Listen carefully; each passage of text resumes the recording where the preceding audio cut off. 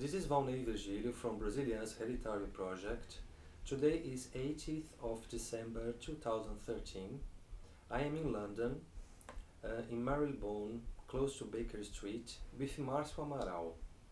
Date of birth, 24th of June 1967. Márcio was born in Araraquara, São Paulo, Brasil. Eu sou Valnei Virgílio, que trabalho com o Brazilians Hereditary Project. Hoje é 8 de dezembro de 2013. Eu estou em Londres, em Marylebone, muito perto de Baker Street, com Márcio Amaral, nascido no dia 24/6/1967, na cidade de Araraquara, São Paulo, Brasil. Olá, Márcio, tudo bem? Tudo bem. Tudo bem?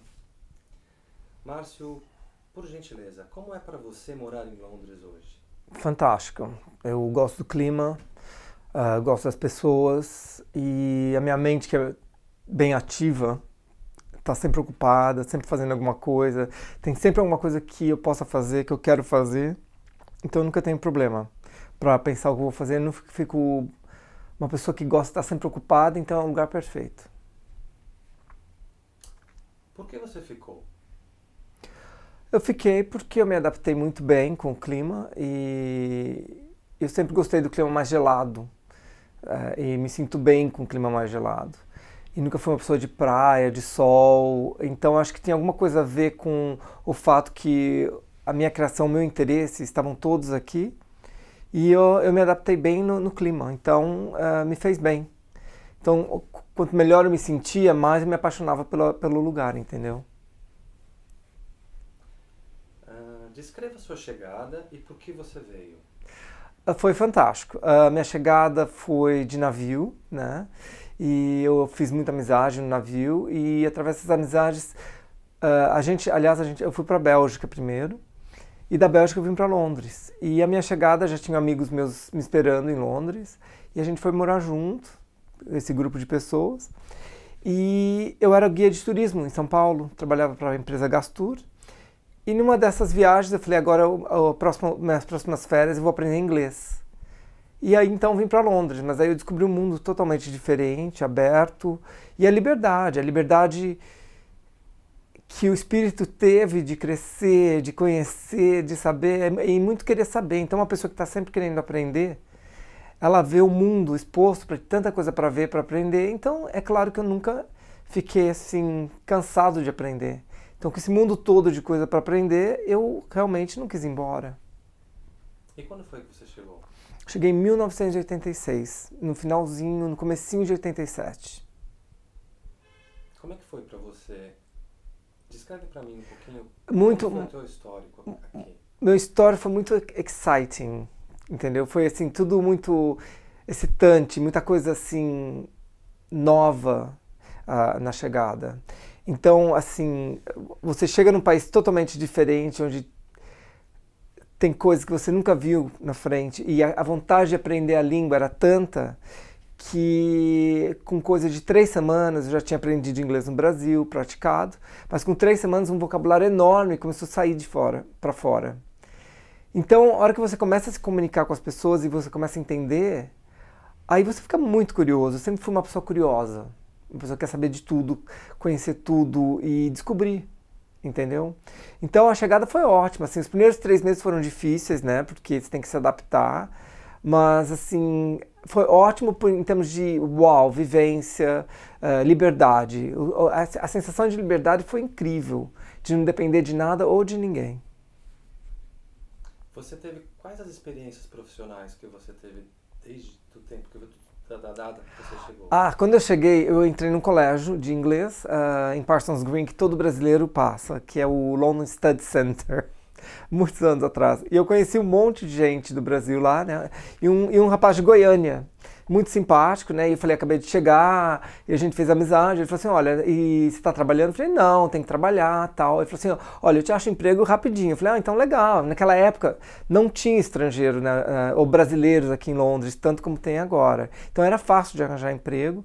E aí eu comecei, eu estudava de manhã, às 9 da manhã, mas antes de estudar, a gente trabalhava de cleaner. A gente acordava 5 horas, né? Aí eu mudei na mesma casa que esse goiano, né? A gente dividiu o quarto. E aí eu acordava tipo 5 horas da manhã, a gente ia para o escritório, a gente fazia, o jornal Daily Mail, né? A gente limpava o escritório do Daily Mail.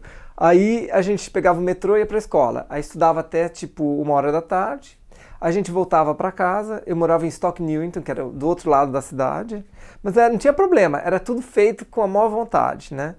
Aí eu ia para a cama, dormia 2, 3 horas, acordava. Aí a gente ia de novo trabalhar em outro escritório na cidade, eu e esse cara. E depois voltava, jantava e ia para a cama. E começava tudo de novo, de segunda a sexta. E tinha sábado e domingo de folga. Aí o sábado e domingo era incrível, né? A gente explorava bastante. Depois de 3 meses fazendo esse esquema, eu acabei conhecendo a Maria, que é minha grande amiga, Maria Cunha. E ela falou assim, vem trabalhar na Benetton com a gente. Eu falei, tá bom, então vamos trabalhar na Benetton. E aí eu comecei a trabalhar de vendedor de roupa na Benetton, na Piccadilly, no Trocadeiro, que era o lugar mais central da cidade.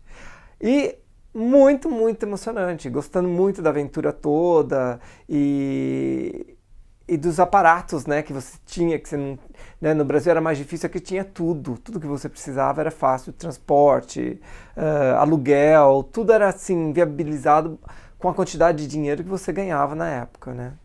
Então foi um começo assim bem excitante. Depois de loja aí passei para uma loja melhor e acabei trabalhando em high fashion. Quando eu entrei no High Fashion Industry, eu comecei a trabalhar para uma loja que se chama Esprit, que era americana.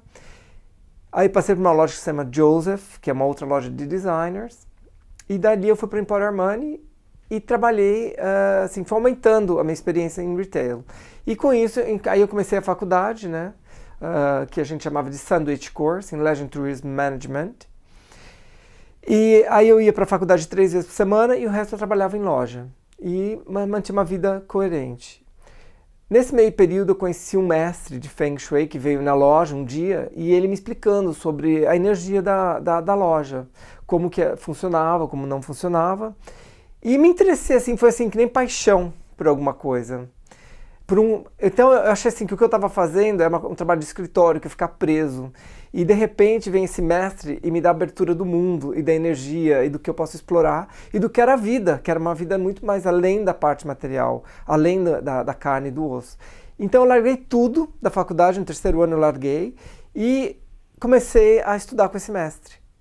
Né? A arte da energia, que é o Feng Shui, né? Wind and Water, que chamava, e também a energia da pessoa, como funcionava a nossa energia, como não funcionava, e explorando cada vez mais, fazendo cursos e cursos que eram caríssimos também, já na época, porque não existia, é uma coisa muito nova, explorando, quanto mais eu conseguia explorar, mais excitante ficava a vida, mas eu não viajava, não fazia nada, só gastava com cursos. Todo o meu dinheiro que eu ganhei sempre foi gasto com cursos e com aprender. Viajava muito pouco, tal. Quando eu tinha 24 anos, aquela vontade, aquela inspiração de viajar veio dentro. Falei, vou ser comissário de bordo. Aí comecei a aplicar. Aí eu aplicava, e uma coisa muito interessante aconteceu, porque eu não conseguia um emprego. E era assim, eu não conseguia entender, mas nessa época eu tentava entender a energia, como a energia funcionava, né? E eu ligava para minha mãe e falava, mãe, não consegui esse emprego. Mas você tem certeza que você quer? É tão perigoso. Vai fazer uma coisa mais segura, uma coisa que não é perigosa. E aí, depois de um tempo falando com a minha mãe, vendo que ela não queria que eu fizesse esse emprego, eu percebi. Não, ela não quer, eu não vou conseguir. Então ela tem que falar que ela quer. Aí então voltei para minha mãe e comecei a falar, não, você tem que falar que você não vai, que eu vou ter um emprego, nunca nada vai me acontecer, vai ser super bom para mim, eu vou fazer o maior sucesso.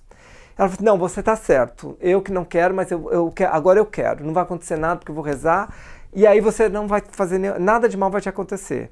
Com 2 semanas eu estava empregado, depois que ela mudou a maneira de pensamento dela, entendeu? Aí eu já estava empregado.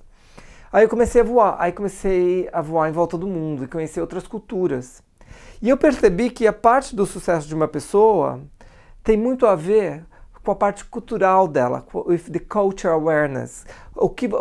O mundo é diferente, cada país, cada cultura é um aprendizado, é um conhecimento.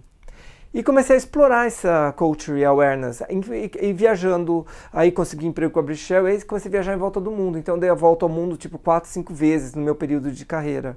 Então conheci muito país, muita cultura diferente, e aprendi a respeitar essas culturas pelo aprendizado dela.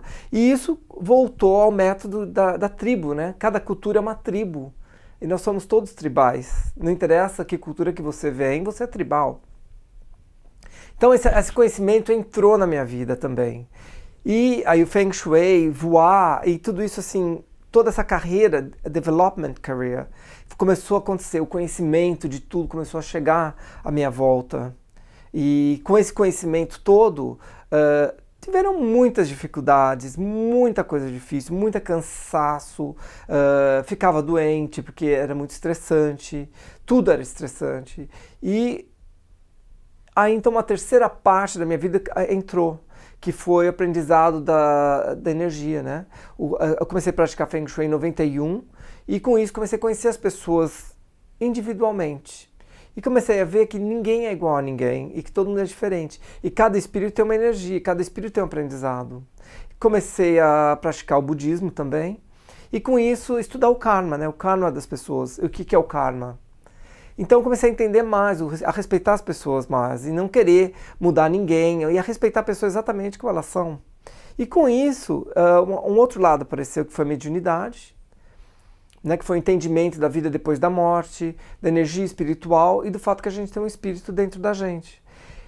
E comecei a estudar mais sobre isso e conheci um médico nos Estados Unidos chamado Norm Shilley, que é um médico de longevidade, que a prática dele é ainda, né, porque ele é vivo, o fato que o nosso espírito comanda o corpo material. Tudo que você sente no corpo material é comandado pelo lado espiritual. Se o lado espiritual não é resolvido, seu lado material não vai acontecer. Então eu comecei a entender que a gente perde a nossa energia nas nossas experiências e que nós temos sempre que estar acesos de onde nós deixamos o nosso espírito e trazê-lo de volta. Porque o que acontece é que a gente começa a perder energia, a gente dá energia para tudo, tudo tem energia, a flor tem energia, entendeu? Então você está dando energia para a flor, aquela flor tem energia, então ela está crescendo, porque eu estou pondo energia. Só que chega uma hora, se o seu espírito não está dentro de você, aquela energia vai sair do lado material. E é aí que acontecem as doenças crônicas. Experiências boas, experiências ruins, generam experiências crônicas, que estão na mente, porque a mente também é coordenada pelo espírito. Então o fato de você aprender a se comunicar entre material e espiritual é a base da sua vida, para o seu sucesso, tanto material como espiritual, mas também para a sua criatividade, porque nós todos nascemos para ser criativos e criar coisas diferentes. E a base de tudo que você está criando é o seu aprendizado em como amar. Então, a gente veio aqui para aprender sobre o amor e como desenvolver o amor. Amor ao próximo, amor a si mesmo, amor aos animais, amor às flores, a conservar o mundo, conservar a atmosfera do mundo. E como amar. Então, as pessoas têm que entrar dentro do coração delas e aprender a sentir o amor para si próprio e a sentir o amor ao próximo, entendeu? Então, quer dizer, tudo isso, todas as experiências me ensinaram o quê? Me ensinaram a amar. Quando você explora e você deixa esse amor florescer, a sua inspiração, a sua criatividade, porque você encontrou o que você realmente ama e veio aqui para fazer, e você respeita o que você quer ser, o que você quer fazer, tudo na sua vida dá certo, incluindo a sua parte material, a sua parte espiritual. Então são seus valores que vão ditar o seu destino. E o fato da energia que você vai aprender a controlar. Nós somos todos bruxos, eu digo, entendeu? Porque nós todos podemos fazer mágica. O que você quiser, você cria. Depende da sua intuição e da sua vontade. Você acha que a tua experiência como brasileiro e num país que a gente sabe o poder do espiritismo, de todas essas energias, dessa cultura africana que deu pra gente tanto, né, assim, ou do Kardec, ou de qualquer outro nível de contato espiritual que você pode ter mais conhecimento do que eu, você acha que isso favoreceu esse teu despertar para esse novo lado que você buscou depois de um tempo, ou você teve uma experiência negativa ou muito positiva que te trouxe isso? É fantástico, sabe? A gente tem que voltar a be culturally aware. A gente tem que ser culturalmente aceso para o aprendizado cultural. Aprender sobre as outras pessoas, sobre as outras culturas é fundamental. Para você crescer, você tem que conhecer e saber. Porque se você está no método do robô, que você está fazendo o que a tribo está esperando de você, você não vive. Então tudo é válido. Eu conheci tudo. Candomblé, Umbanda, Allan Kardec, religião católica, que é onde eu fui batizado, entendeu? Cristianismo, né? O crente, né? Eu experienciei tudo e tenho certeza que no meu destino eu tinha que ter experienciado tudo. Essas coisas da parte brasileira, cultural. Então, eu tinha que ter feito as experiências, eu tinha que ter tido as experiências e aprendido sobre essas experiências para respeitá-las. Então, o que acontece com essa parte cultural e espiritual foi o que me levou a chegar onde eu cheguei em termos de entendimento espiritual. Porque o ser humano, ele às vezes, porque ele segue a tribo, ele se adapta, ele se acomoda ao que eu falo do fato preguiçoso, que é, se você dá a sua energia para outras pessoas gerenciarem, é tudo fácil. Então, a nossa parte cultural, às vezes, é influenciado por isso. Então, é muito mais fácil eu ir numa igreja e pagar o meu dízimo e tudo se dará bem, porque eu estou pagando aquele dízimo, e entregar para outra pessoa gerenciar. O que eles falarem, eu faço. Então, eu não tenho que pensar, eu não tenho que dar energia ao meu próprio espírito.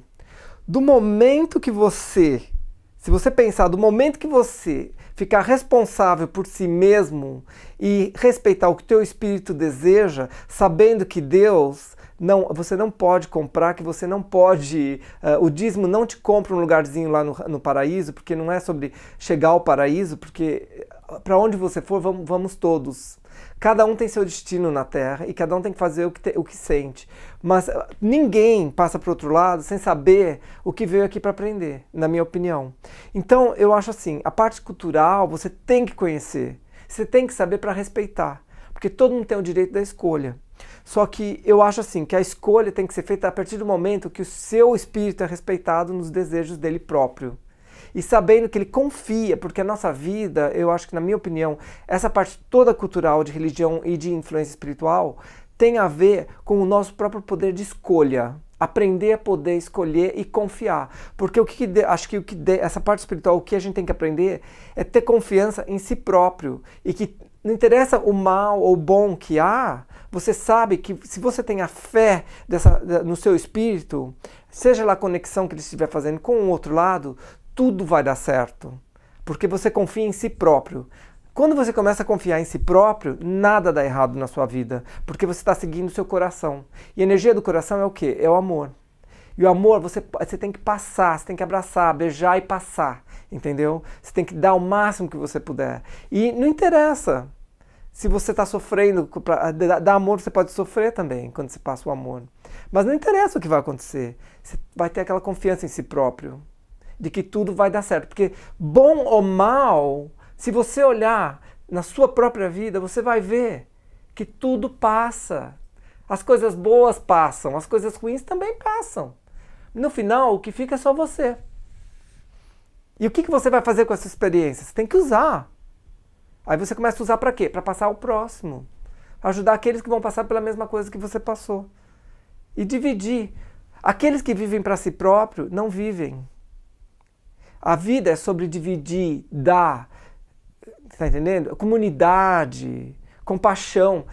Compaixão é a maior lição que a gente está passando nessa vida, no momento. A modernidade mostra muita compaixão. O mundo tem assim, desastres ecológicos que ninguém espera e de repente, e matam 100, 200, 500 pessoas, se não mais. Você tem que se perguntar o porquê isto. Porque ensina compaixão. No nosso caso agora das Filipinas, o que ensinou? Compaixão. O mundo, toda vez que tem um desastre tão ruim, o mundo se abraça para ajudar quem está precisando. Então são lições de compaixão que se a gente voltar nos estudos religiosos, você vai ver a lição, a vida de Jesus Cristo, existiu ou não, a lição era de compaixão. Então eu acho que tudo resonate, né? ou equivale, ou se faz uma generalização igual à nossa vida. Então a gente pensa que está indo de um jeito, mas não é. A gente está vivendo o que a gente veio aqui para viver e, principalmente, a ter compaixão e contribuir, né? Só mudando um pouquinho de assunto, mas incluindo tudo isso que você está falando, que está sendo genial, você tem saudades de algo no Brasil? Tenho. Dos shows, das músicas. Eu acho que o Brasil, falar de Brasil para mim é falar de música. E a maioria dos meus amigos são cantores, músicos, e eu gosto disso, porque música para mim é felicidade. E acho que a sua língua natural, a música na sua língua é uma coisa muito romântica. E tantas vezes eu cresci com música. A minha adolescência foi com música. A minha juventude foi com música. A minha maturidade agora está sendo com música. Então, a música te traz o sonho. Então, se você pensar o que eu diria da música, eu diria que a música, ela planta a semente dentro de você para os seus sonhos. Então, se você sonha, se você toca música todo dia, você está sonhando um pouquinho e pensando, o seu espírito está dançando dentro de você. E com essa dança da música dentro de você, você está programando o universo para criar a vida que você sempre quis. Porque o seu espírito está se comunicando com o seu corpo. A mente e o espírito estão conectadas o tempo todo. E a música te traz o seu espírito para dentro de você. Então, a emoção das músicas trazem a semente dos seus sonhos. Então, não tem nada mais fundamental para mim, como brasileiro, de pagar um elogio às músicas brasileiras, porque é minha língua natural. Como também as músicas inglesas, internacionais, que eu também curto pra caramba, mas eu acho assim, que as músicas básicas do meu passado realmente me inspiram. Ótimo. Você tem algum sonho para o futuro? Você sonha todo dia, né? Você sonha todo dia, mas eu acho assim que o futuro realmente é ensinar as pessoas a se respeitar. Esse assim é um trabalho que eu já faço há muito tempo, eu quero continuar fazendo, mas principalmente ajudar que as pessoas se comuniquem com si mesmas. Então o meu sonho do futuro realmente é guiar as pessoas para um lado natural de manter a saúde, né? De continuar saudável, e na mente e no corpo. Então acho que o meu futuro seria continuar trabalhando em ajudando as pessoas a se encontrar. Essa é a minha missão, eu acho assim. Agora eu posso firmemente dizer, mas tudo muda todo dia. Então eu tenho que respeitar. Por enquanto é o que eu sinto. E como é que, por favor, como é que se dá essa integração? Você se sente integrado na sociedade britânica? Totalmente. Eu acho que se você vai experimentar uma nova cultura, é fundamental que você aprenda sobre essa cultura, que você saiba como funciona essa cultura. Então, a parte de querer morar em outro país, começa aprendendo a língua. Então, você tem que aprender a língua, você tem que falar o inglês muito bem, você tem que entender a mente inglesa. Se você quer viver aqui, você não pode pensar brasileiro. Você tem que aprender como o sistema inglês funciona, a educação inglesa, as boas maneiras inglesas, como funciona, como se faz. Se você quer ser respeitado como um cidadão estrangeiro num país que não é seu, você tem que aprender a cultura local e se aculturizar. Então você vai à ópera, você vai ao concerto, eu ia muito a concertos, muito à ópera, ia ao teatro para aprender a escutar inglês melhor, ia ao cinema, criei um círculo de amigos que eram mais ingleses do que estrangeiros. Então eu fui me preparando e me integrando aos poucos. E com isso eu me adaptei. E gostei do que eu me adaptei. Sem perder a minha raiz brasileira. Você está entendendo? Porque eu volto ao Brasil muito e curto muito o Brasil. Mas o bom que o Brasil tem, sem as emoções, entendeu? A gente está, nesse projeto que a gente está fazendo, a gente está tentando retratar esses brasileiros que vieram do pós Revolução. ditadura, né, até os anos 90. E eu acredito que você viu muita gente voltando, né? Você podia falar alguma coisa para mim da experiência das pessoas que você conheceu, se você conheceu, se eles voltaram, por que eles voltaram, por que você acha que eles voltaram e por que você ficou? Eu acho assim que tem duas coisas que motivaram as pessoas, né? A dificuldade do dia a dia, porque é um país caro, é um país que para você crescer nele você tem que trabalhar muito. E muita gente não estava preparado a se adaptar nessa cultura, que era frio, que era difícil, e como estrangeiro era mais difícil ainda. Agora, nos dias de hoje, você tem muita praticalidade, agências que recebem brasileiros para encontrar um lugar para morar, para encontrar trabalho, agilizar a documentação para ficar no país. Então, é tudo mais fácil, né? Mas com essa coisa de mais facilidade, não significa que a cultura mudou para te adaptar. Você ainda tem que adaptar na cultura local, entendeu? Então, quer dizer, as coisas são mais fáceis nos dias de hoje, porque a parte financeira, a parte de encontrar trabalho. Então, o brasileiro, principalmente, é uma pessoa muito energizada e criativa para criar. Eu conheço muitos brasileiros aqui famosos que não voltaram, né? Vamos dizer, Clemens Ribeiro, a marca de roupa, o Inácio Ribeiro, né, de Minas Gerais, criou uma marca de roupa que vende no mundo inteiro, em todas as lojas mais famosas dos Estados Unidos, é um brasileiro, entendeu? Então você tem que pensar assim, tem muita gente que ficou porque se adaptou bem e também entendeu a linguagem cultural, não somente como a linguagem inglesa. Então é você querer ficar. Não é adaptar, é você querer procurar aprender e viver uma vida legal, para curtir bastante o que tem de bom. Porque todo lugar tem bons e ruins. Então as pessoas que voltaram, que eu vejo agora, são as pessoas que vieram aqui com o objetivo de aprender inglês, aprenderam e, é claro, a documentação não era europeia, então tiveram que voltar de repente. Teve os que casaram com inglesas, ficaram, mas eventualmente sentiram muita falta da cultura local e voltaram para o Brasil, com a esposa e com os filhos. Então, teve pessoas que voltaram para o Brasil, não se adaptaram, voltaram para a Inglaterra.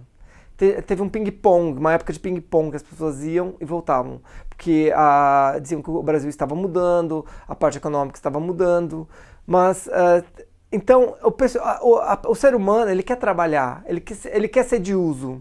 Todo humano quer ter o sentimento de ser precisado. Não interessa o que eles fazem, a parte profissional, cultural. Eles querem ser de uso. Eles querem serem úteis. O que movimenta a parte inspirativa de uma pessoa é a utilidade. Entendeu? Então, se você pensar na sua vida, você está procurando uma identidade. Essa identidade vem com a sua carreira, com a sua família. Então, as pessoas que não conseguiram encontrar uma identidade profissional, voltaram. Porque não foram correspondidos com o que queriam. Agora, a pessoa que se encontrou com a carreira e com a identidade que essa carreira traz, elas ficaram, elas permaneceram. Então, a maioria do ser humano, não interessa a sua cultura ou o seu país, está procurando uma identidade. Então, essa identidade é o que motiva você ficar num lugar ou não.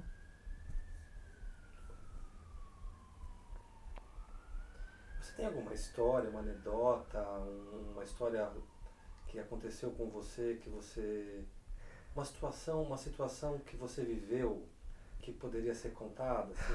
Olha, culturalmente, né, assim, voando muito pelos países, né, eu tive uma experiência que foi muito engraçada. Que eu sempre me considerei uma pessoa assim, que às vezes não pensou e colocou o pé no lugar errado, entendeu? E claro, teve uma vez indo para o Chipre, né? E voltando do Chipre, num voo, né, trabalhando, e assim, chegamos em Londres, né, os passageiros estão saindo do avião, né, e um passageiro passou assim com uma gaiola, coberta com lenço preto, assim, parecia uma gaiola, né? E eu olhei assim para esse senhor, né? Claro que ele era do Chipre, e eu vi que ele era assim, tava com terno, né? Eu olhei, sem pensar, eu falei assim: "Ah, você trouxe o seu passarinho com você?" perguntei pro senhor do Chipre. Ele falou assim, não, isso aqui são as cinzas do meu pai. Então, assim, novamente, né, assim, você fala, uau, se eu não conhecesse, né, se eu não tivesse feito isso, eu não saberia que no Chipre, né, eles colocam as cinzas nessa urna que parece uma gaiola, entendeu? Então foi muito engraçado isso, assim, mas é tudo com cultura, que você aprende se você não viver, entendeu? Então eu tive meus momentos, assim, muito engraçados, que eu dei muita risada, não tenha dúvida. Assim, viajando o mundo, ficando bêbado. Às vezes você sai você chega num lugar novo, você quer sair, você quer beber, você quer aproveitar, você sai com seus amigos, com os outros comissários, né? Você quer se divertir. E então eu tive umas épocas de ficar bêbado em cada lugar do mundo. E eu adorei essa época, né? Assim, que era muito engraçado porque você dava muita risada. E não ficar bêbado de cair, mas assim, eu tive eu cheguei, por exemplo, em Filadélfia um dia, a gente foi num bar que chamava Woody's. E era um bar de batidas. Então era uma melhor que a outra. E aí eu comecei a aproveitar, né? Aí eu só lembro assim que eu acordei na minha cama de hotel no dia seguinte, mas não lembro de mais nada, o que tinha acontecido, o que não tinha acontecido. Então, assim, tem umas coisas que eu fiz que eu não faria novamente, mas com a minha idade era possível fazer. Então, você tenta experienciar a vida, né? O que as outras pessoas estão fazendo, você copia. Você quer fazer igual para ver o que acontece. Então, eu acho assim que o lado engraçado e dar muita risada, assistir muita comédia, é fundamental. Né? E eu sou uma pessoa que gosta de circo, gosta de teatro, gosta de ópera, gosta de concerto, eu gosto de tudo. Principalmente o que me faz dar risada. Aí eu adoro mesmo. Ótimo. Você já falou que da sua experiência dos brasileiros aqui, da questão da identidade, né? Uhum. Queria que você falasse um pouquinho mais pra gente o que, assim, você achou a sua identidade, pelo que eu tô vendo, né? Assim, e conta um pouquinho mais da tua questão dos livros, dos teus projetos e o que você está fazendo agora. Por favor. Bom, eu já sabia que eu queria escrever livros, né? Assim, eu tenho muita informação que eu quero soltar, que são diferentes. Porque acho que a criatividade, essa parte de espiritual e humana, elas se correspondem. Então eu tive a oportunidade de ser aceito por uma editora americana que se chama Hay House, e eles perguntaram o que seria a minha identidade. Eu falei assim, eu não quero copiar ninguém, mas eu quero ser diferente em termos de o que eu vou passar para as pessoas. Então as ideias dos livros vieram do lado espiritual. Não tenha dúvida que eu fui guiado espiritualmente para escrever os livros. E mesmo as ideias dos livros são diferentes. Então eu queria colocar junto essa parte de Feng Shui e a parte de mediunidade. Então eu criei Creating Luck, que foi um livro que aos poucos está sendo vendido. Porque eu não fiz anúncio. Eu estou passando só na palavra da boca, de um para o outro. E está crescendo, cada 6 meses eu estou vendo as vendas vão aumentando. Porque uma pessoa lê e passa para outra, né, e assim vai. Mas é um livro que quer despertar dentro da pessoa a vontade de conseguir o que quer. E a liberdade do seu próprio espírito. Porque eu acho assim que se você não respeita o que você quer dentro de você, você pode viver uma vida falsa a vida inteira. Mas você só está fazendo mal a você mesmo. Não interessa o que a sua identidade é, o que você quer fazer, o que você quer ser. Se você não for o que você está sentindo, você está se matando. Então este livro, o primeiro livro, foi sobre isso. Foi de despertar e mostrar para as pessoas que a vida não é só o que elas estão vendo. É muito mais que isso.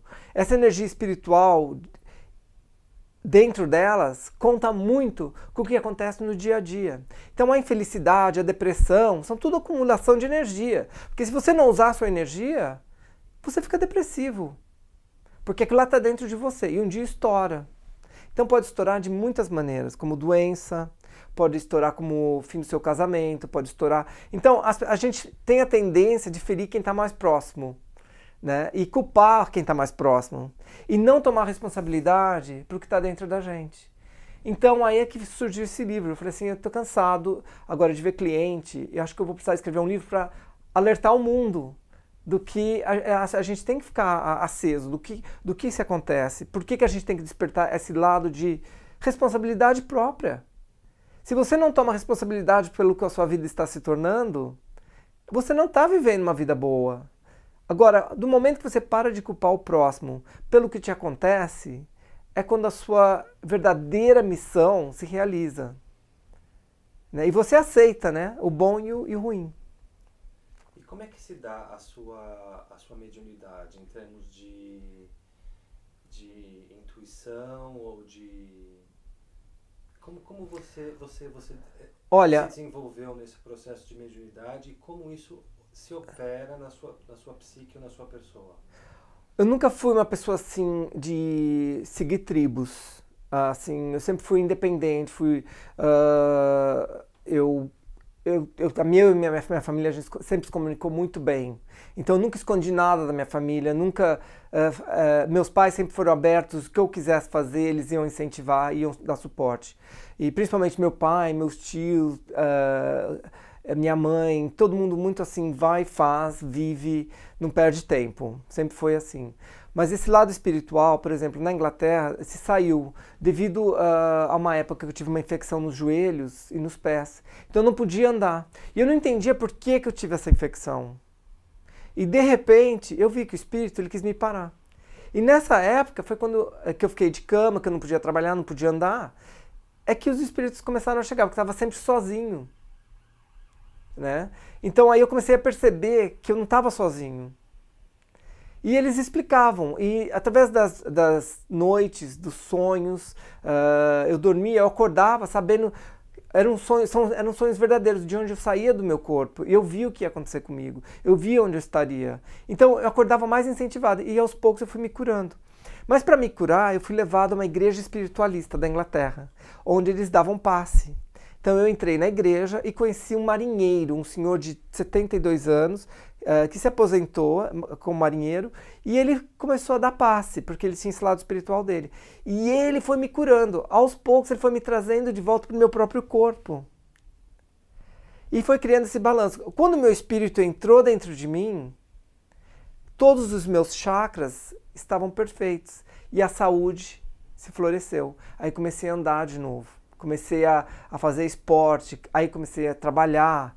Então, aos pouquinhos eu me descobri espiritualmente através de uma doença muito ruim. E eu acho que as doenças estão ali para você acordar espiritualmente. A partir do momento que você acredita, que você confia em uma coisa maior, a parte física se cura. Mas todas as pessoas mais famosas, mais ricas, que você pode ver em volta do mundo, tem um lado espiritual envolvido. Todas as pessoas. Ninguém pode conseguir benefícios materiais sem ser um pouco espiritual.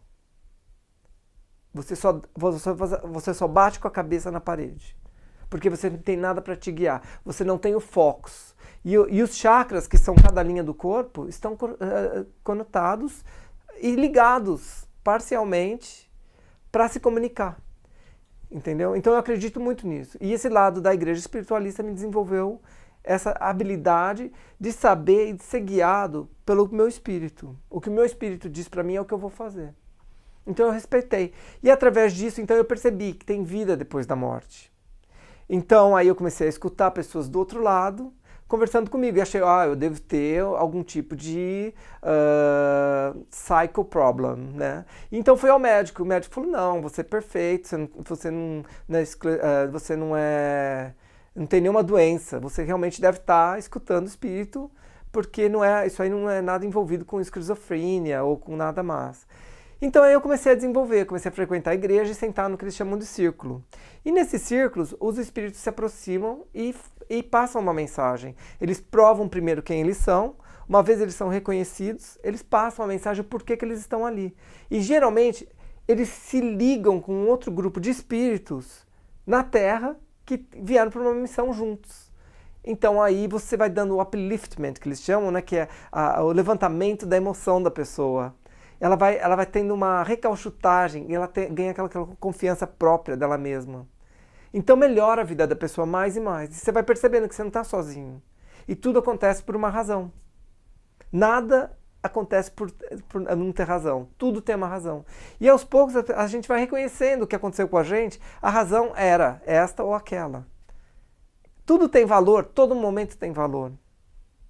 Então, se você está dando, você está passando a informação que você tem, e esse lado, você está deixando de viver na ignorância. Você está vivendo no conhecimento.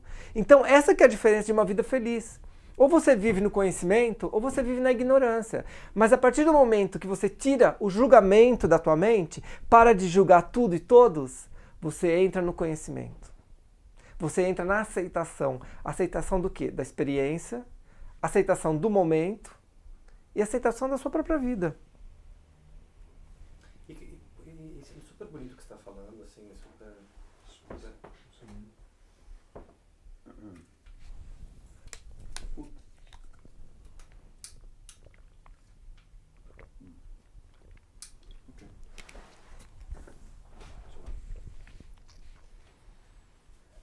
Super emocionante, inclusive, né? Assim, como é que você, por exemplo, a gente fala da sociedade brasileira e da sociedade inglesa, como é que se fundamenta essa intuição dentro de uma sociedade que veio do capitalismo e tem uma vida tão racional e que, se você imagina, tudo foi na Inglaterra, ou na Europa, na França, a gente teve o iluminismo, né?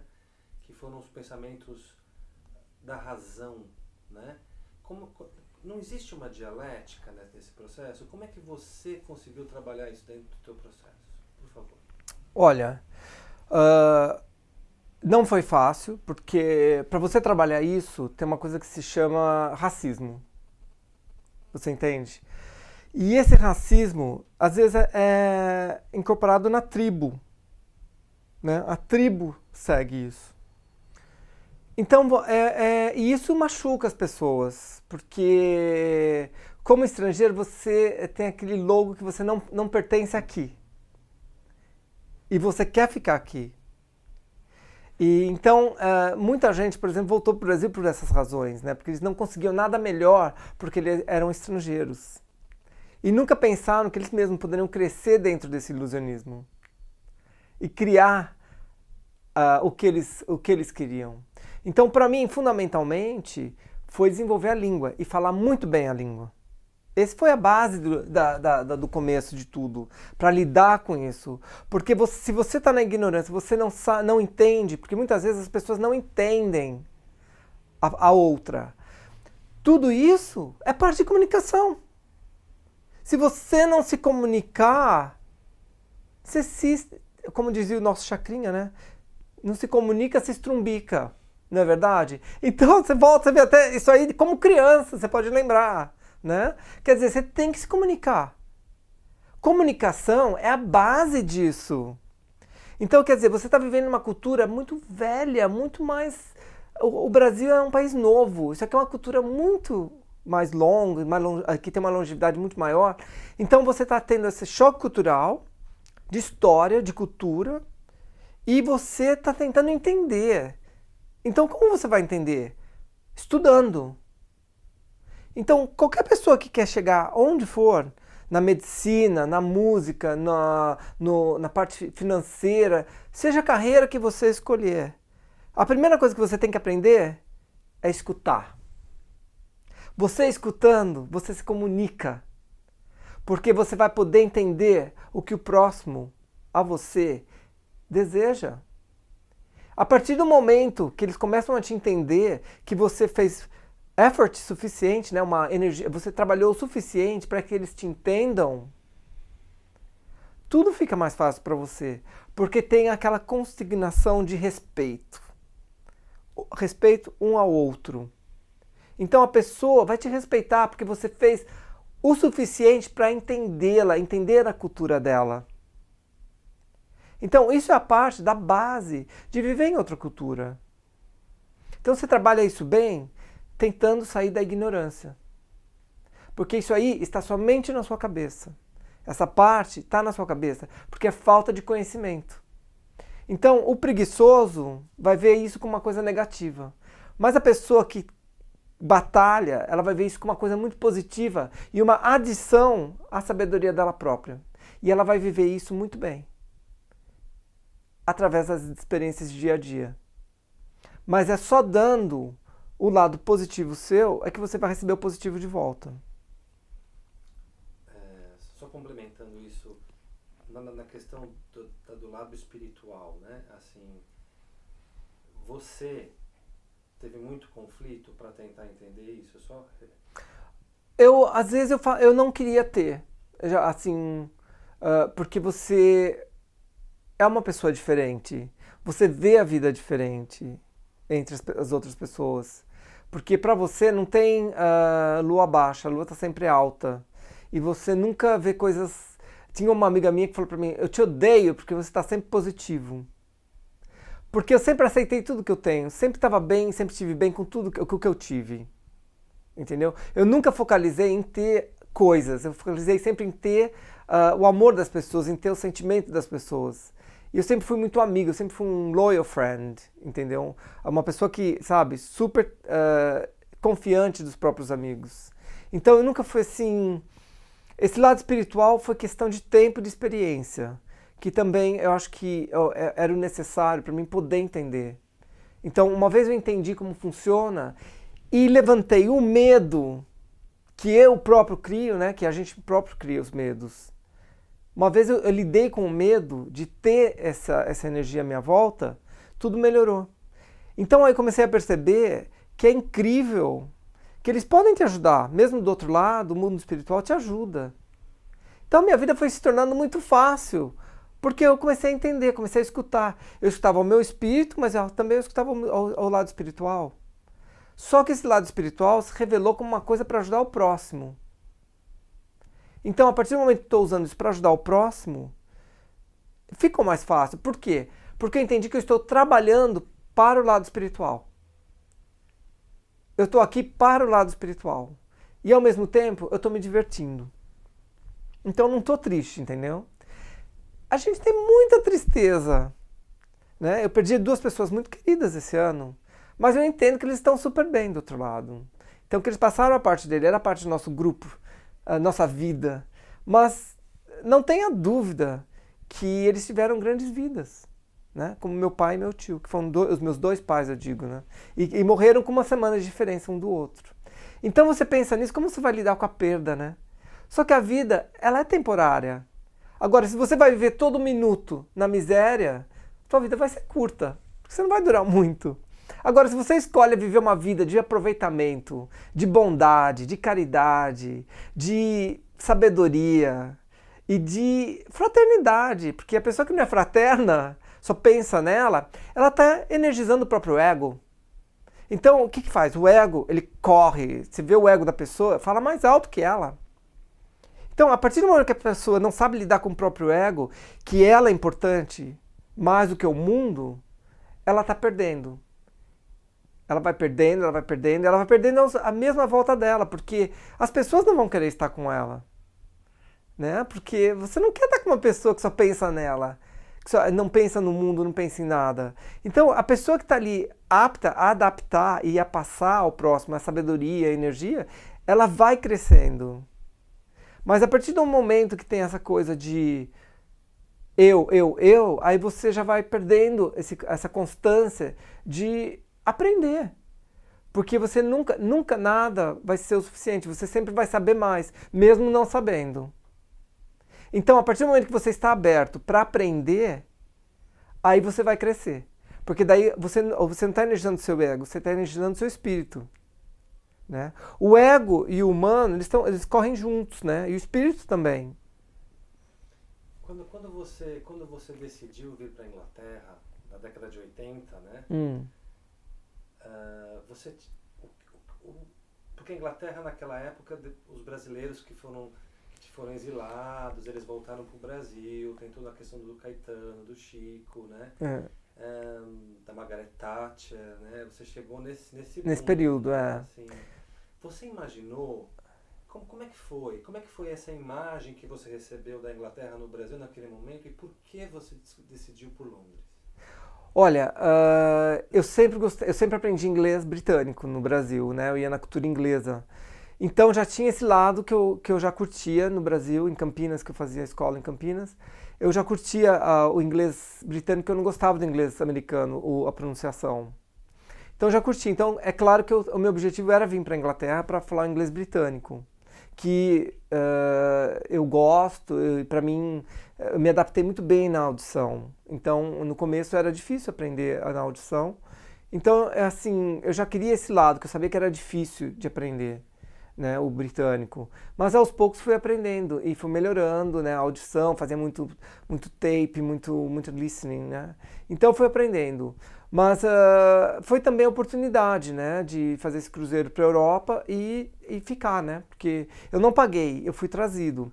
Mas para te dar um background dessa chegada, aos 13 anos eu era estudante de uma escola e eu tinha duas amigas gêmeas.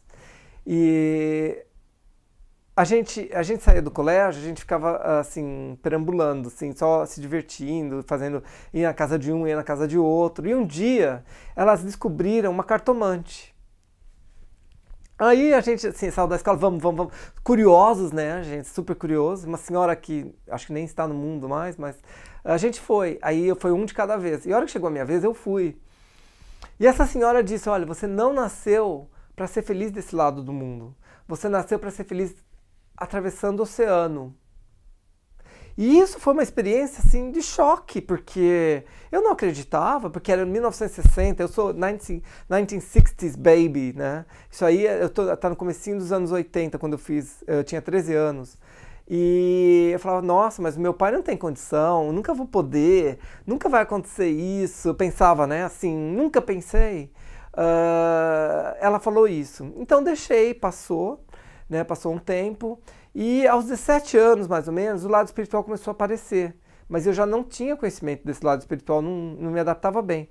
Mas através de um sonho, 3 meses antes de acontecer essa viagem, eu estava trabalhando como guia de turismo já, eu era tour rep para Gastura, eu ficava baseado em Maceió, Recife, esses lugares assim, recebendo turistas e levando eles para o hotel.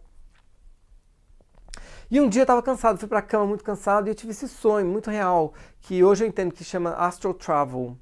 E nessa Astral Travel me foi mostrado, olha, aqui é onde você vai morar, aqui é onde você vai viver, você vai fazer isso, você vai fazer aquilo, você vai estudar aqui. Então foi me mostrado tudo.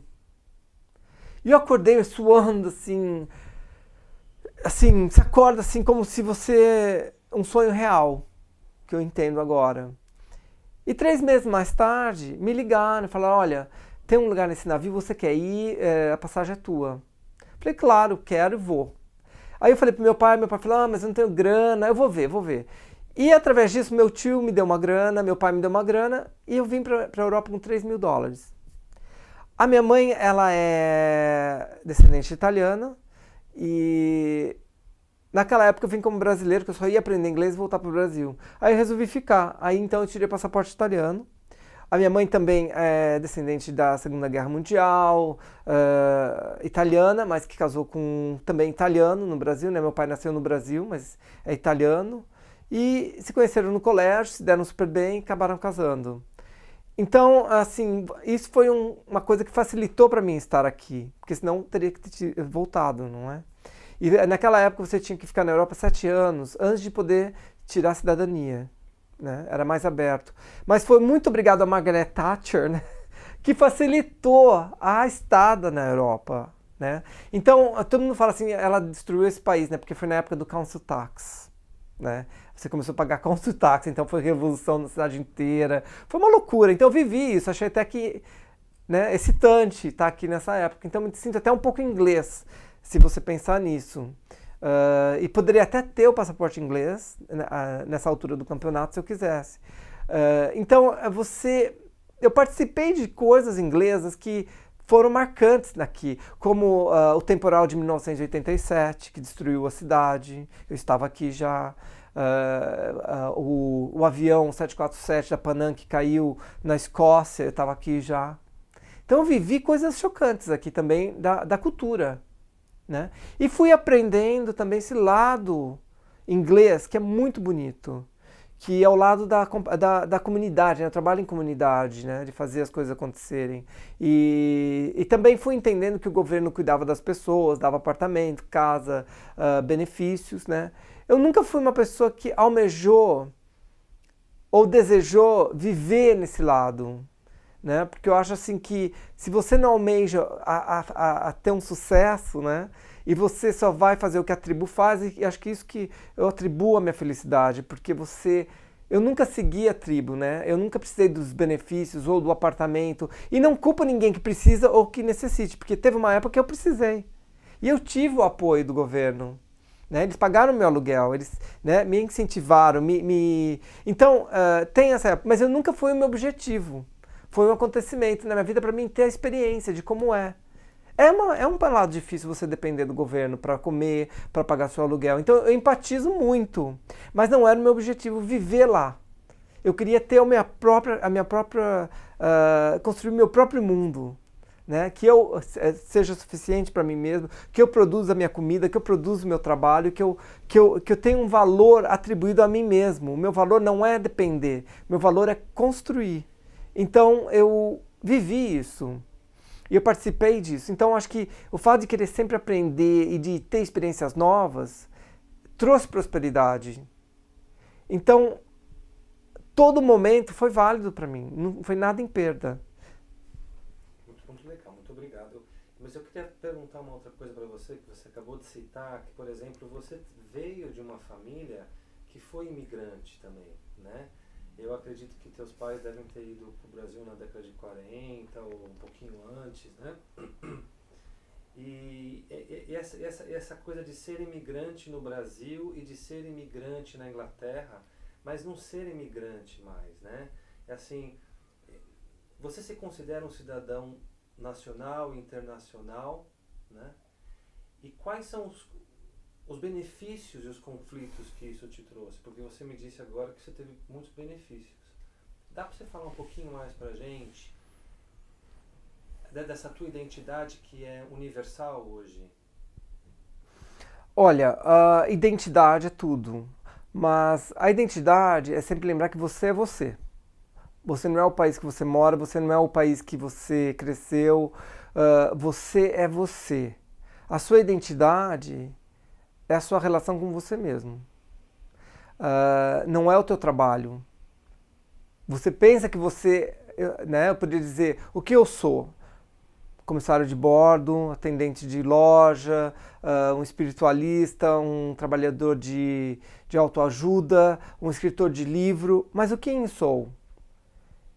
Eu sou o Márcio, né? Você tem que pensar nisso. Você nunca vai deixar de ser quem você é. O que você sente dentro de você vai ser em que país você estiver. Entendeu? Você nunca vai mudar isso. Você pode correr o mundo inteiro atrás da felicidade, mas a felicidade está dentro de você. Então, não interessa de onde você vem, ou o que você faz, ou o que você é, mas você tem aquela identidade dentro de você.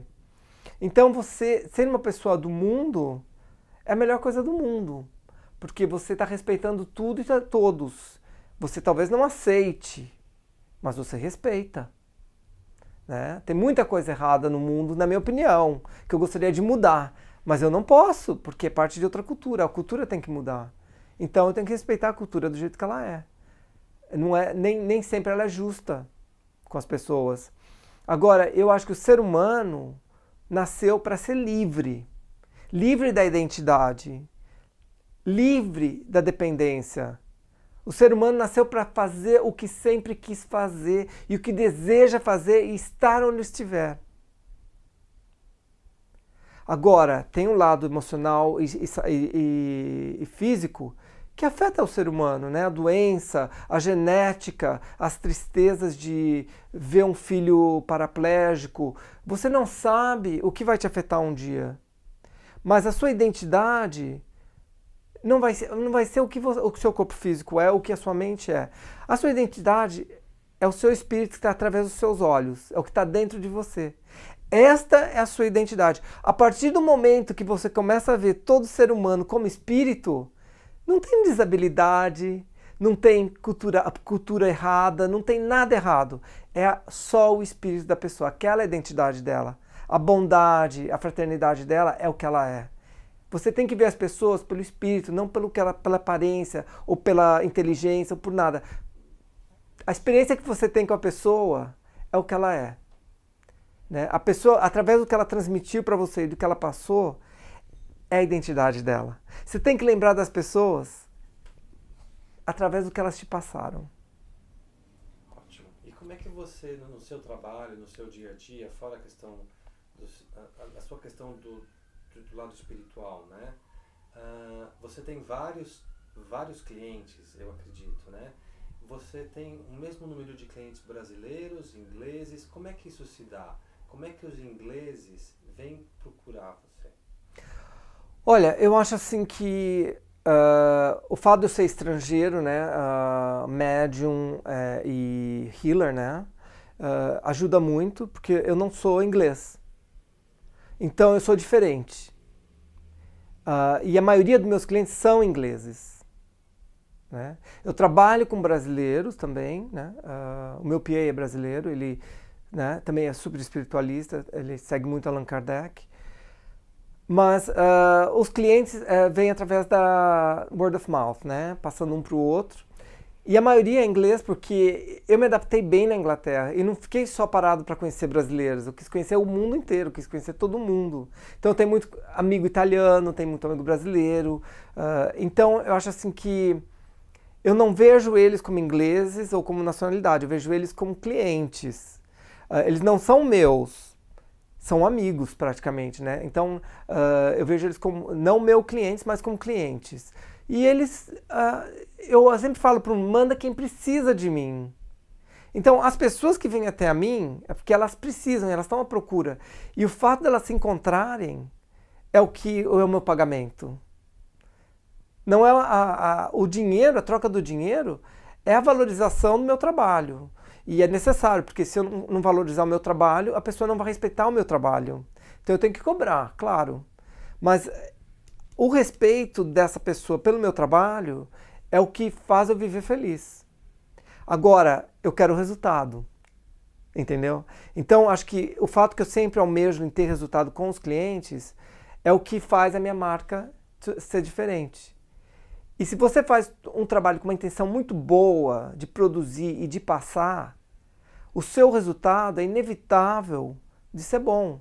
A sua intenção para com o seu cliente, ou para com o seu estudo, ou para com o seu objetivo, de onde você quer alcançar, a sua intenção é o seu karma. Porque se a sua intenção é fazer dinheiro, você vai se dar mal. Agora, se a sua intenção é fazer o bem e passar o bem para as pessoas e ver o resultado e ajudá-las, com o seu próprio trabalho, né, que você está fazendo agora, com o Brasiliense, se você quer deixar uma mensagem para o mundo, com o maior desejo, sem se inspirar na parte econômica, não tenha dúvida, você vai ser um sucesso.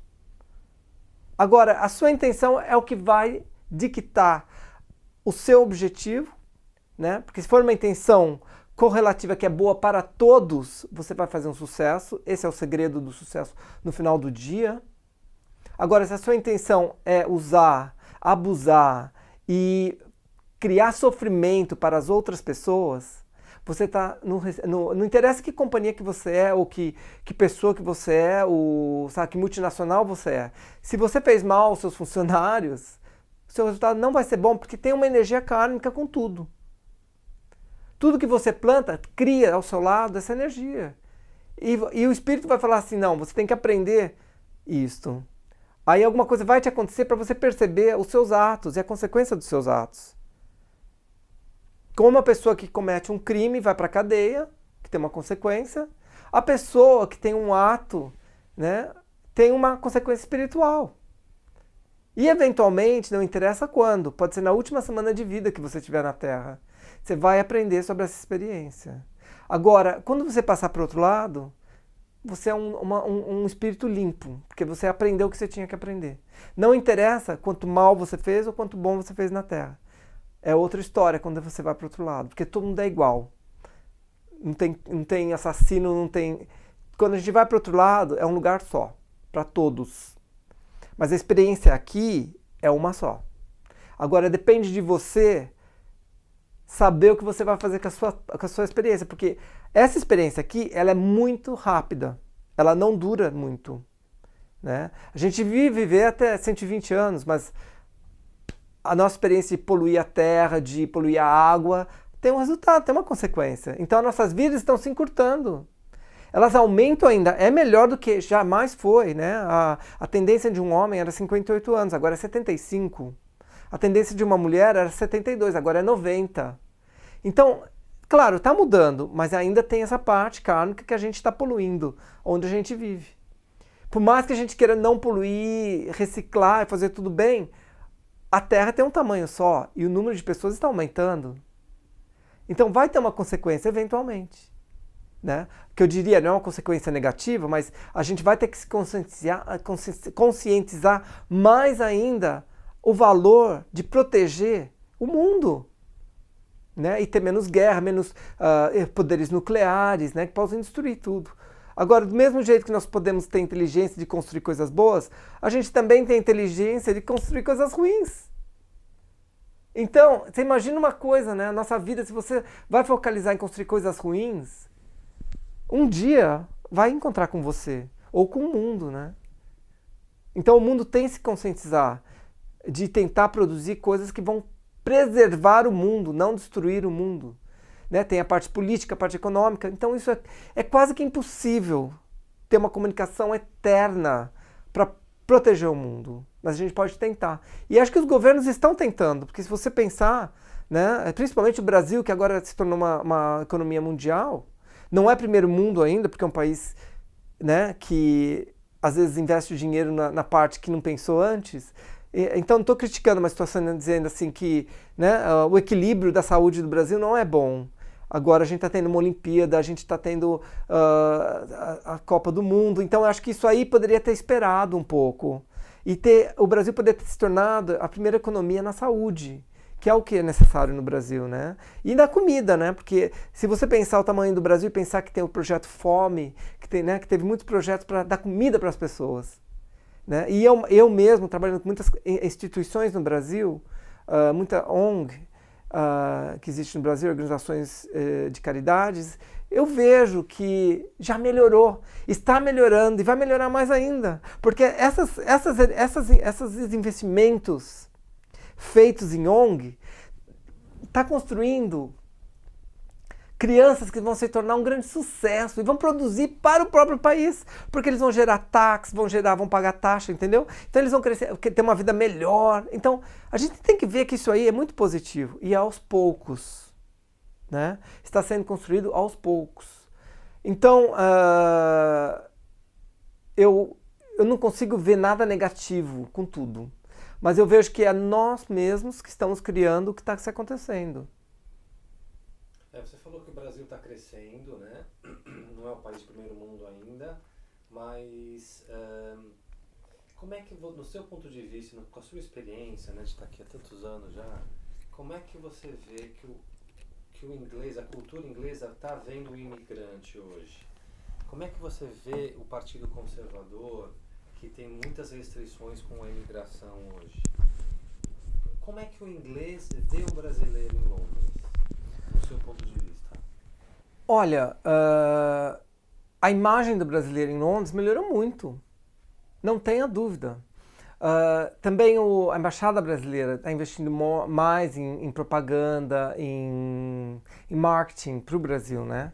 Agora, é uma montanha-russa, né? Você tem assim, projetos maravilhosos acontecendo no Brasil,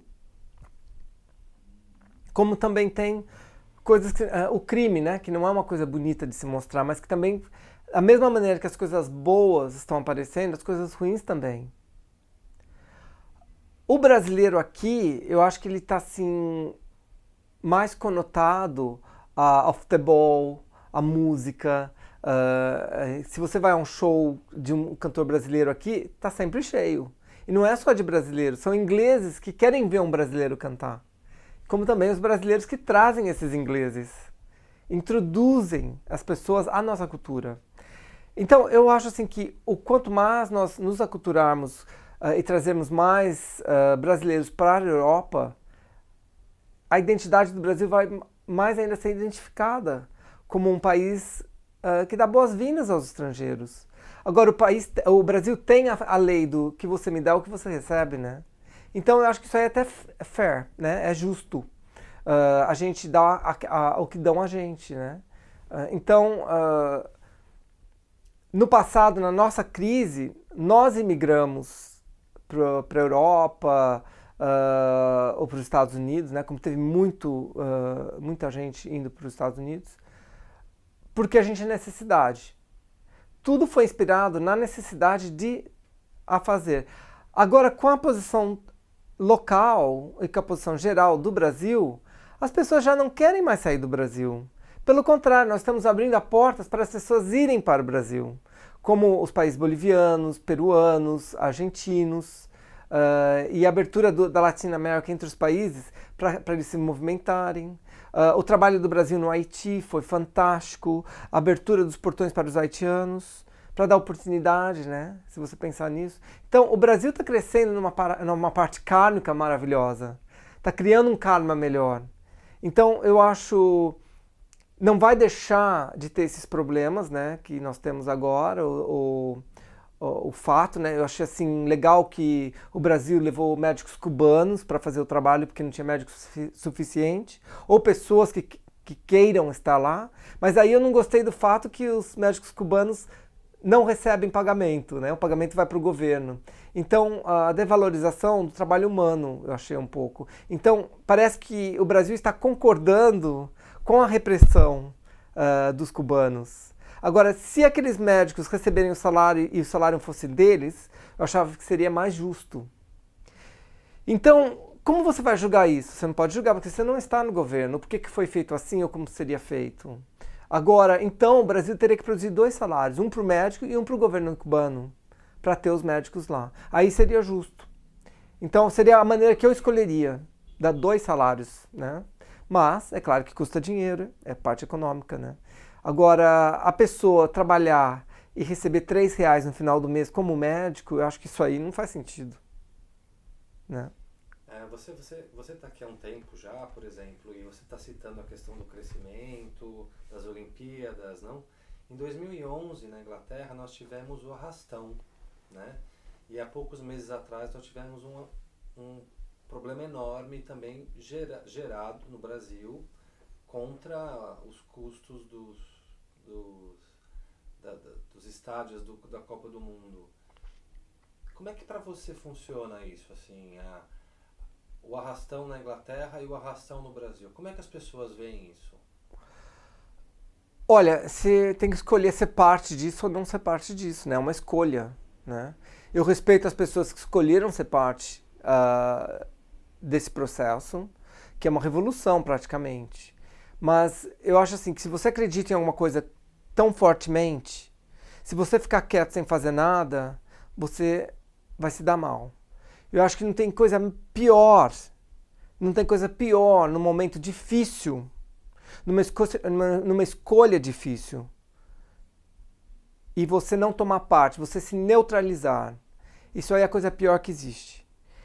Ou você escolhe não fazer parte, ou você escolhe fazer parte. Agora, ficar neutro, você não pode. Então, na minha atitude, olhando, eu concordo com o que foi feito. Eu não vou esconder isso de você.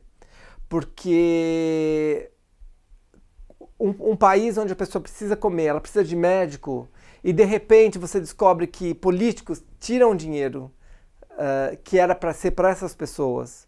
Então é um karma terrível. Agora, a maneira como é julgado, como é feito, eu não posso julgar. É a maneira que é corrida, que é mantido. Agora, eu não fiquei neutro. Eu concordei com o que os brasileiros fizeram. Eu não faria parte de lá, né? Porque eu acho que, de repente, é uma violência. Eu não concordo com violência.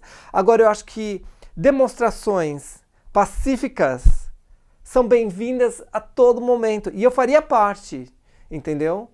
Eu não vou ficar neutro, porque não tem coisa pior. Eu me sentiria ruim se eu visse as pessoas tentando lutar por mim e eu não fazer nada. Então eu acho que eu tenho que concordar. O que eles fizeram era necessário, né? E eu concordo para mostrar para você que eu não fiquei neutro. Eu não fiz parte, mas eu não fiquei neutro, concordo. Eu tomei um lado, né? Não estou julgando, mas eu tomei um lado, mas não fiquei neutro, né? Porque eu não conseguiria viver comigo mesmo, entendeu? Se eu ficasse neutro nessa história, mesmo morando aqui.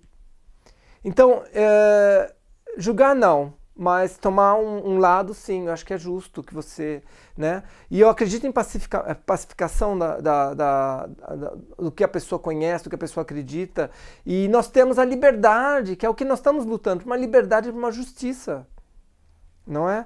Agora, você pode puxar uma pessoa, a habilidade de uma pessoa de depositar em você toda a confiança, bastante.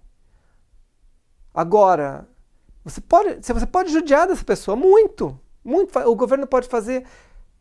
O povo confia no governo, eles votaram no governo, estão confiando. Agora, se você não dá sua confiança de volta, vai chegar uma hora que aí o povo não quer mais saber do governo.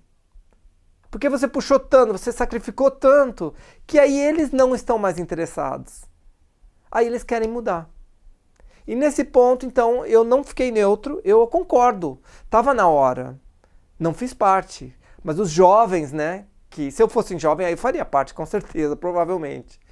Mas eu acho que é justo, sim. Eu acho que ninguém pode ser julgado pelos atos. E aquela emoção que você viu nas ruas, eu não concordo com a destruição, né? Eu acharia que pacificamente também seria muito justo de ter feito a coisa. Eu não gostei das destruições, dos medos, dos fogos, assim, porque você só está se colocando para trás, né? Agora, pacificamente, não existe nada errado em fazer uma demonstração e mostrar essa emoção, né? Porque se está dentro deles, eles têm que pôr para fora. Infelizmente, saiu positivo algumas e negativas as outras. Para a gente encerrar agora, eu queria que você já me falou dos seus projetos, mas qual é o seu projeto maior para os próximos anos? O meu projeto maior, é claro que agora como escritor, são 2 livros, né? O meu próximo livro é um livro espiritualista, que vai contar histórias de vida após a morte e da revelação dos espíritos às pessoas que ficaram. Esse é o meu próximo livro. Então, e que também vai ensinar as leis espiritualistas, as leis espirituais para as pessoas. E como ver o dia a dia. E mostrar que a gente tem uma coisa a mais ali, que a gente não está sozinho. O nosso grande problema, ou melhor dizer, challenge, mudança, né?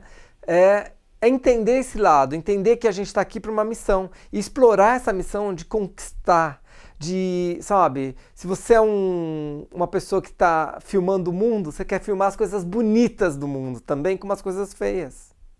Então, eu acho assim que nesse livro eu quero mostrar as leis espiritualistas e como funciona através de histórias de muito amor, né? Muita história de amor. E o primeiro capítulo é emocionante. O meu pai estava muito doente em janeiro, né? E ficou no hospital, foi operado, teve um problema na cintura. E no hospital a minha mãe ficava durante a noite, ficava durante o dia, e eu dava passe no meu pai quando eu chegava. Meu pai falava assim, não acredito nisso, esse lado espiritual não acredito, 50%. Mas tá bom, vai, faz. Né? Aí eu ia, dava o passe no meu pai dormia, né, durante o dia, que ele ficava acordado a noite inteira. E eu ficava lá, né, no meu iPad, lá esperando ele acordar por horas. E aí eu fazia o passe todo dia com meu pai. E 50%. Aí quando foi fevereiro, né, meu pai passou pro lado espiritual. Então eu passei um tempo, 3 semanas em luto, que eu não estava afim de ficar com cara a cara com o que tinha acontecido. E quando eu voltei ao normal, né, assim, vida normal, eu frequento ao colégio de estudos psíquicos na Inglaterra, que se chama College of Psychic Studies. E eu tenho um professor de mediunidade que guia aos médiuns a serem mais profissionais, fazendo trabalho de igreja. E esse professor chegou para mim e disse, Márcio, teu pai já está aqui, ele quer te dar uma mensagem. Eu falei, tô pronto. Esse dia foi o dia que eu parei o meu luto. o dia que eu recebi esta mensagem. E a mensagem era a seguinte. Ele falou assim, olha, ele é um senhor assim, cabelo moreno, está de terno e gravata, né? Me parece meio tipo advogado, né? Com uma escritura muito bonita. Eu falei, esse é o meu pai, né? Tá bem a energia do meu pai. Ele está falando de uma carta de amor que ele escreveu. Eu falei assim, sim, eu ainda tenho essa carta. Ela tem 7 páginas, a carta, na frente, atrás. Era uma carta de amor, porque eu estava na Inglaterra há muito tempo. E meu pai estava com uma saudade incrível. Aí ele escreveu uma carta de amor. E a escritura do meu pai era muito bonita. Linda a escritura do meu pai. E eu guardei essa carta. Por 20 anos eu tenho essa carta na minha casa. Né? E eu falei assim, é verdade mesmo essa carta. Não, mas ele também está falando... Ele só veio aqui para te falar uma coisa. Ele está bem, ele está assim... acomodado no mundo espiritual, mas é só uma coisa que ele quer te falar. Eu falei assim, o que ele quer te falar?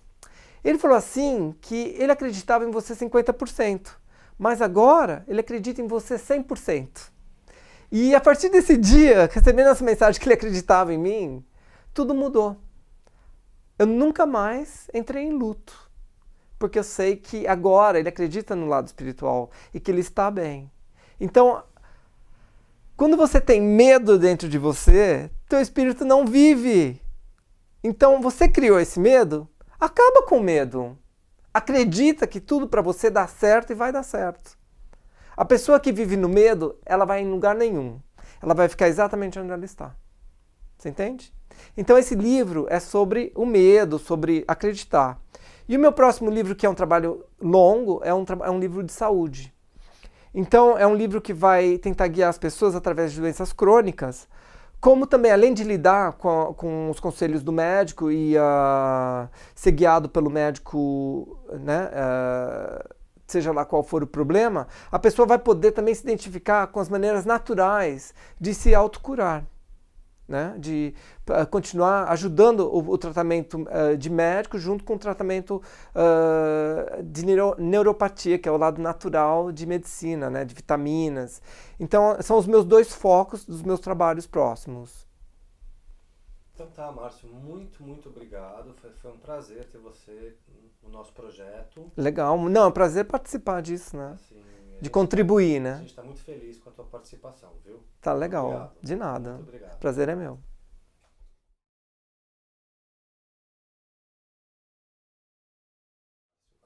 Qual é a sua profissão e você poderia se descrever como você se vê?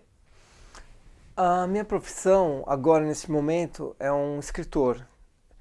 E através do meu livro eu também tenho uma prática, né, de terapia, uma espécie de counseling ou toque terapeuta, que é balançar as pessoas e a energia das pessoas.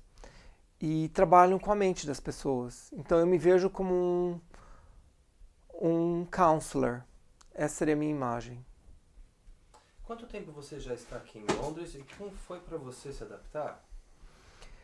Em Londres eu já estou desde 1987 e eu me considero adaptado praticamente, um cidadão como qualquer outro. A identidade é brasileira, porque eu me sinto brasileiro por dentro, mas com uma abertura inglesa e uma cultura inglesa bem adaptada e bem construída pela sabedoria e dos estudos e da prática, né, de viver em um país estrangeiro. O que você mais gosta sobre Londres? Sobre a cidade de Londres? A facilidade de se locomover e de estar em muitos lugares ao mesmo tempo e de viver 24 horas por dia, o que eu quiser fazer está disponível. Então, essa facilidade de poder querer ter, querer fazer, de estar, né? Você é incrível, porque você não está perdendo tempo, você está aproveitando a vida, esse momento da vida e fazendo acontecer, tanto na calma como no movimento. Então, o que você quiser, você consegue fazer. Então, se você quer ir a uma biblioteca, você vai a uma biblioteca. Se você quiser ir a um teatro, você vai a um teatro. Se você quiser fazer nada, você não faz nada. E está tudo bem. O que é mais importante para você e por quê? Acho que importante para mim é saúde, né? Porque a saúde da mente, a saúde do corpo, é a única coisa que você tem que se preocupar durante a vida, porque se você não tem essa base, você não pode ter nada. Tudo que você quer está baseado na sua saúde. Então, viver uma vida saudável, sem vício, sem addiction, né? É muito bom para você chegar onde você quer estar. Agora, correr da realidade, você não vai atingir o que você quer atingir. Então, é importante que você viva neste momento com muita saúde e aproveite a sua saúde para o seu próprio benefício. Claro que a gente pode experimentar um pouquinho do outro lado, mas você não pode ficar uma pessoa viciada, né? Tudo que é muito faz mal. Agora, um pouquinho de cada coisa não faz mal nenhum, eu acho. Mas tem que viver as experiências. E a única maneira que você vai viver as experiências é viver separado de qualquer vício. Qual foi o momento mais difícil que você passou aqui em Londres? E como foi que você superou esse momento? Acho que o momento mais difícil que eu passei foi durante minha carreira, né, em vários empregos, e lidar com bullying, né? Porque eu descobri o bullying de repente. E isso foi uma coisa que eu tive problema em aprender como lidar, mas aí depois eu ficava curioso por que as pessoas reagiam de certas maneiras, e aí fui estudando, e percebi que a pessoa que faz o bullying é a pessoa muito insegura. Então você tem que corresponder com assertividade e mostrar para a pessoa que você não tem medo delas. Então isso foi o que eu aprendi e o que eu não gostei de ter confrontado através dos anos. Então agora eu não tenho mais nenhum problema com isso, mas também não sou a favor. E é uma coisa que eu diria que eu sou contra a pessoa que quer criar uma repressão à outra. Me conte alguma coisa diferente que aconteceu aqui em Londres com você. Uma coisa diferente que aconteceu em Londres. Eu consegui, eu descobri que eu poderia fazer um trust, Charity Trust, que é uma instituição ONG. Eu podia receber dinheiro e usar esse dinheiro no Brasil. Então, através dos anos, eu desenvolvi Márcio do Amaral Charitable Trust e comecei a arrecadar dinheiro, muito dinheiro, para usar numa instituição no Brasil, pela qual eu usei o Feng Shui e uma ideia minha de fazer acontecer nessa instituição, que se chama Nosso Lar, na cidade de Limeira. Eu tinha 106 crianças nessa instituição e eu sabia que eu precisava reformar essa instituição sem luxúria, mas eu precisava fazer o playground, precisava fazer uma escola, e tudo foi Feng Shui, com a minha habilidade e com o meu dinheiro que eu arrecadei aqui na Inglaterra, que isso eu recebi dos ingleses, das pessoas que contribuíram para a minha instituição. E através disso, eu usei o dinheiro que eu arrecadei no Brasil para treinar os pais, que eu tinha muita criança que eram separadas dos pais, porque os pais não sabiam educar ou criar. Aí eu usei o dinheiro que eu tinha no Brasil para educar essas crianças, os pais das crianças a educarem. Aí eu consegui restabilizar a vida das crianças de volta à casa dos pais. E eu caí de 106 a 50 crianças. Aí sobrou mais dinheiro para usar na instituição para educar aquelas crianças também. Então foi assim uma coisa muito boa que saiu, né, através do UNICEF, do Comic Relief agora, né, e que eu consegui ver acontecer. E eventualmente a casa se tornou autofuncional. E aí eu consegui fechar o Márcio do Amaral Charitable Trust numa nota muito boa. E que esse dinheiro também foi gasto em outros países, né, como a Índia, como o Paquistão. Eu paguei para cirurgias de crianças com problemas de coração. E consegui fazer um sonho, né, de fazer coisas boas com dinheiro arrecadado. Então isso eu aprendi aqui e foi uma coisa muito boa de saber que eu consegui ajudar o Brasil em alguma maneira numa parte ONG. O que é a vida? A vida ela é simples, né? Eu acho assim que a vida é tudo o que você faz ela ser. Se você focalizar no que está errado na sua vida, vai ser só dar errado. Se você focalizar no que está certo na sua vida, vai só aumentar. Então tudo que você focaliza aumenta. Mas a vida ela é uma coisa muito simples. A gente tem que basear o nosso dia a dia na nossa paz interior. Não interessa o que você está fazendo, você tem que manter sua paz. A partir do momento que se você perde a sua paz interior, você entra em conflito com você mesmo. Agora, se você aprender a manter uma paz de que tudo está bem, que você confia no nosso dia a dia e que tudo estará bem, e de plantar e de melhorar para você mesmo, a vida ela é simples. Você não precisa fazer ela ficar pior. Você tem que entender que o corpo humano ele é hormonal.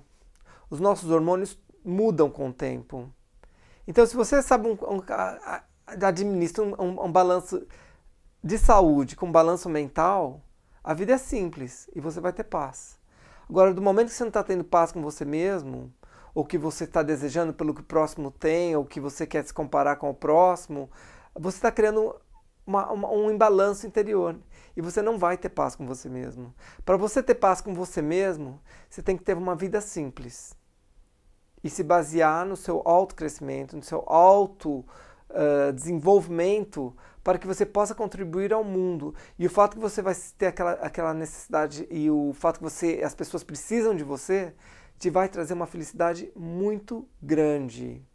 Agora, a gente não pode andar cego para a verdade que está atrás da gente, que é a nossa luz espiritual, tentando guiar-nos para que possamos aprender mais sobre a comunidade, sobre a fraternidade, sobre o que você está passando para o mundo e a sua intenção de você para com o mundo ou para com as pessoas. Então, você mantém essa paz e tenta manter uma vida simples, sem querer muitas coisas, porque nada do que você conquistar você vai levar, a não ser essas experiências de aprendizado, de fraternidade e de amor. Então, se você não sabe o que é amor, começa simplesmente praticando com um animal. Pega um animal para criar. Porque você vai ter que dar amor para o animal se ficar bem.